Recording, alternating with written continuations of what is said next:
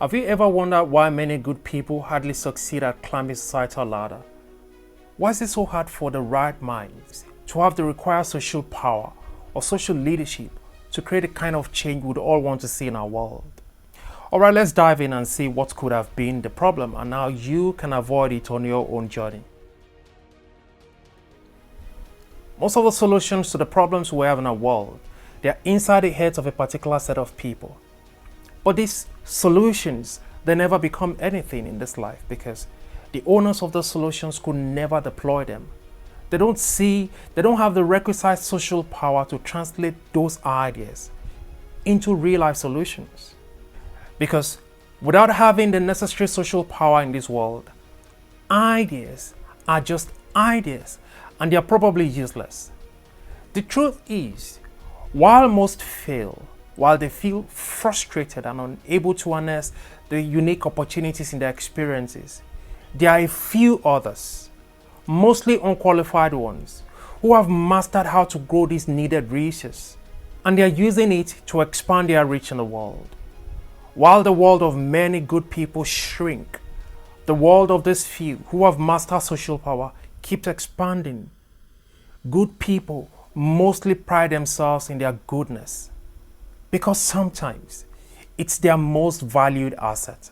But honestly, if you belong to this class of people who pride themselves in their goodness, you're banking on an inferior social capital when it comes to ascending the ladder of society. To be good is not good enough. The power to deploy your good for the advancement of mankind is everything. This power to create change is what's lacking in the experience of most good people. We are not good if we have not mastered how to translate that good to policies or product or culture, practical change that is beneficial to a large number of people in our world. And that's what social power can afford you. So, translating that good to policies or product or culture is a test of your goodness, and maybe the only test that matters. We look around us. We see many good people, outstanding people, the quality of minds we would like to see in leadership or with some sort of social power. But they are at the very last rung of societal leadership, scraping like the rest of us. Whereas many unqualified people, bereft of morals and ideas, they lead us and they create faulty social architecture for society. I know there's goodness in you, but it is in your best interest to understand how that is even a limitation on your path. You see, you like others who intend to change your story. You want to claim your space in society. You must rise above yourself, transcend yourself. And you cannot and should not allow your personality to stand in the way of your potentials. But can you transcend what you are not aware of? The answer is maybe not.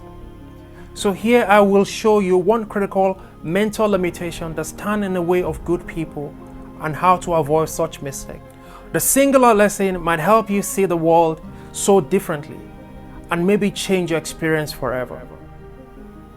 Okay. There are many reasons why good people fail in their reach in the world, but chief amongst them is the naivety to think that because they are good people, skilled people, that they are automatically qualified or entitled to a leadership role in the society, or they automatically feel entitled to social trust, social cooperation, and a large following. This is what I have termed goodness entitlement syndrome. You see, to think that you merit social power because of your skill, your education, or your good intention creates a false sense of entitlement. This entitlement makes it difficult for you to cultivate the necessary creativity which is required to have the kind of social power you would need to earn meaningful existence. You see, good intention or excellent skill is not enough.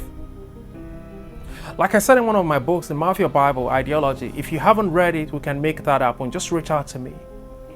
I said in that book that good intention never wins a war, nor the soul of man, but a good strategy does.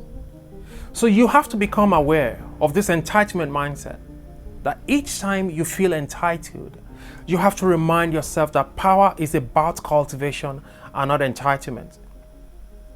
You must be in constant motion to earn the trust and the following of people.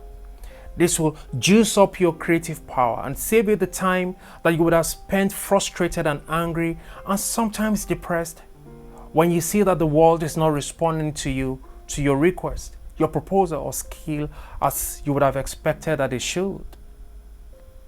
You see, having a sense of entitlement towards social power, it sort of short circuits and blows the fuse on you. It short circuits your creative process, makes you impatient with the gradual process of building and cultivating social trust. Because earning social trust is a tediously slow process. And this entitlement syndrome makes you impatient, and you could destroy many chances of opportunities with this juvenile rush, you see. And when you destroy your chances, what you have done is that you have permitted other less qualified people, less qualified individuals, but who have mastered the process and who know that social power is about cultivation and not entitlement.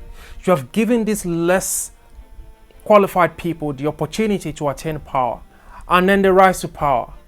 And they're going to create this faulty social architecture for society, and that is your fault.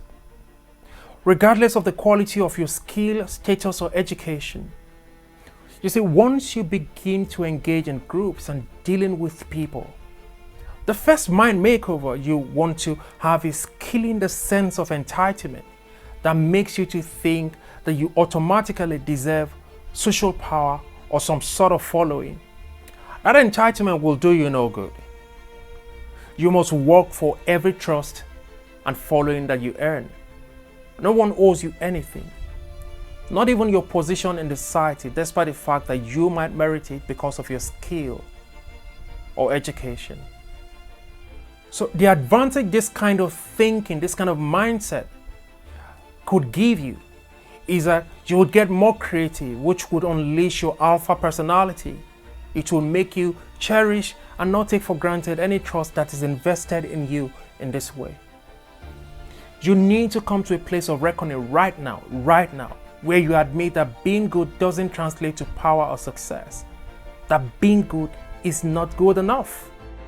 You need to kill your entitlement, and you would open the portal of unlimited opportunities to societal leadership. And that is one good thing you can begin to do for yourself and for our world. I'll see you in the next one.